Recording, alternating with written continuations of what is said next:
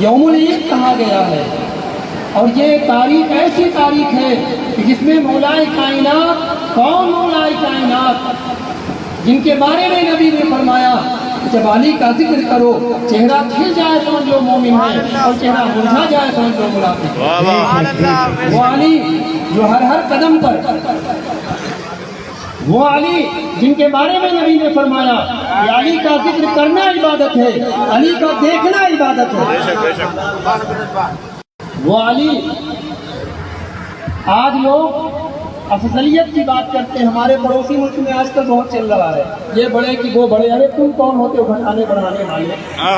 اللہ جتنا مقام بلند کرے، بے شک بے شک، اللہ بہتر جانتا ہے، لیکن جس کا مقام اللہ نے ہر مقام پر بلند کر دیا، چاہے جنگ میں ہو، چاہے میدان میں ہو، چاہے تنہائی میں ہو، ہر مقام پر مولا کو اللہ نے بلند کیا ہے۔ مولائے کائنات شیر خدا، آپ ذرا غور تو کریں، ایک نقطہ سماعت کریں، دنیا کے جتنی چیزیں ہیں، جتنے بھی نام ہیں، آپ ان کو اگر آپ لیں گے، آپ ان کا جب نام لیں گے تو اس کے ساتھ ایک دوسرا نام جڑا ہوتا ہے، وہ نام بگڑا ہوا نام ہوتا ہے۔ جو نام صحیح ہوتا ہے، جس کے معنی ہوتے ہیں وہ بامعنی کہلاتا ہے، اور جس کے معنی نہیں ہوتے وہ محمد کہلاتا ہے، بگڑا ہوا لفظ کہلاتا ہے۔ مثال کے طور پر ہم اپنے آپ اور ہم اپنی بولی میں بولا کرتے ہیں کھانا وانا، پانی والی، یہ ایک نام جو کھانا ہے، یہ کھانے کی چیز ہے، وانا جو ہے کوئی معنی نہیں، دانا ہے، وانا کوئی معنی نہیں۔ اسی طرح دنیا کے جتنے نام آپ لیں گے، ایک نام کے ساتھ دوسرا نام ہوگا جو بگڑتا ہوا بگڑ جائے گا، لیکن اللہ کو، اللہ کی شان دیکھیے، مولا کا مقام دیکھیے کہ مولا علی کا وہ نام ہے کہ آپ جب ان کا نام بگاڑنا بھی چاہیں گے تو بگاڑ نہیں سکتے ہیں۔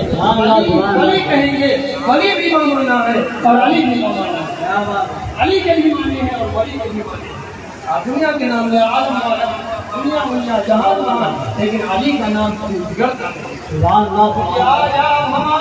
سلطان کئی سبق لے کر کے جائیے، ہمیں ہمارے جو مرشد نے دیا ہے، جو درس دیا ہے، جو ہمیں سبق ملا ہے، جو ہمیں جہاں سے سکھایا۔ لوگ دعویٰ کرتے ہیں، محبت رسول کا کوئی دعویٰ کرتا ہے، لیکن ایک بٹا زیرو ہو جائیں گے تب تو آپ کے جوڑ میں ہے، اور ان کو اگر ہٹا دیا تو تب 0/0۔ سبحان اللہ۔ چاہے جتنے آپ سجدے کرتے رہ جائیے، چاہے جتنے عبادتیں کرتے رہ جائیے، اور جو ہمارا نسبت والے ہیں، نسبت کی چیز ممتاز ہو جایا کرتی ہے، نسبت سے کوئی بھی چیز کا مقام بلند ہو جاتا ہے۔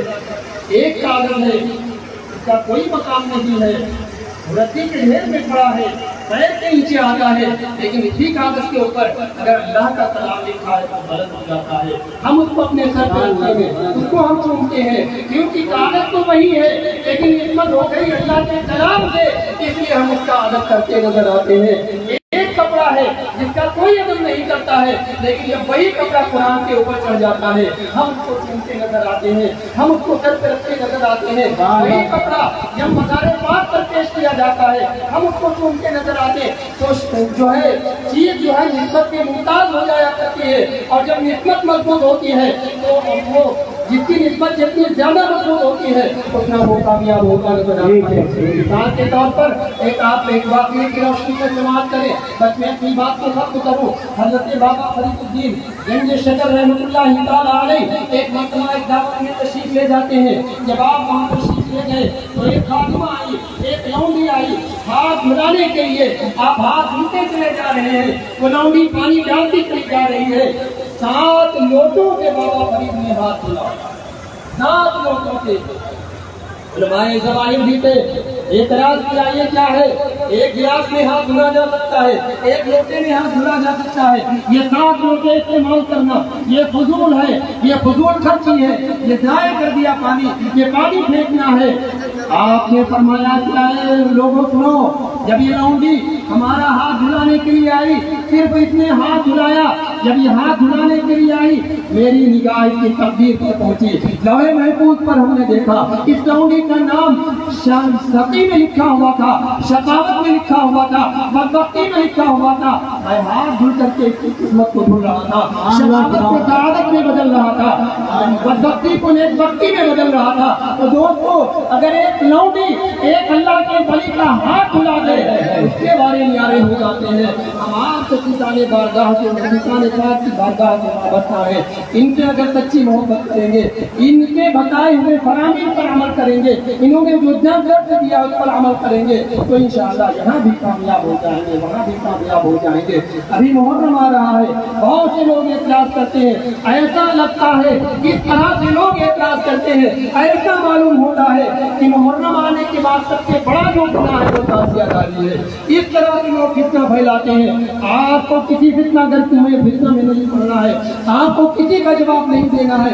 آپ اپنے سلطان پاک کی طرف دیکھیں، سلطان پاک نے تعزیہ داری کی ہے، اللہ کے ولیوں نے تعزیہ داری کی ہے۔ اور میں بتاؤں آپ کو سرکار سلطان پاک کے کرم سے آج غریب نواز کے دیار میں سلطان ہند کی بارگاہ میں، سرکار غریب نواز کی بارگاہ میں سلطان پاک کے کرم سے وہاں پر ہم کو خدمت کا موقع ملا ہے، اور وہاں پر سلطان پاک سے منصوب خانقاہ ہے، وہاں پر خدمت کا موقع ملا۔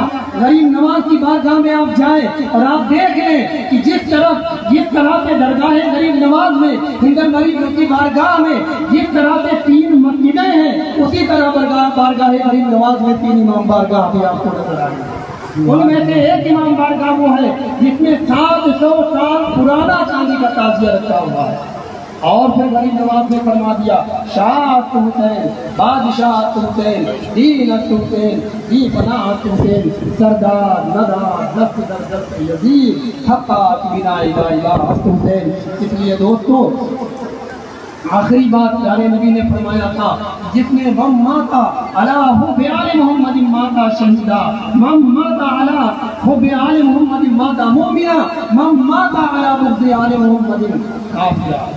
یہ حدیث پاک ہے بخاری شریف کی۔ پیارے آقا نے فرمایا تھا جو اہل بیت کی محبت میں مرا وہ مومن مرا، جو اہل بیت کی محبت میں مرا وہ شہید مرا، اور جو اہل بیت کی عداوت میں مرا وہ کافر مرا۔ یہاں پر فیصلہ ہو گیا، یہ سب جتنے تعزیہ داری کے سامان ہیں یہ محبت اہل بیت محبت کے سامان ہیں، اس لیے آپ حضرات کرتے ہیں۔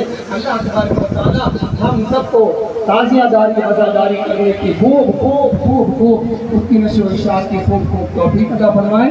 آئیے کھڑے ہو جائیں، بارگاہ نبی صلی اللہ علیہ وسلم کا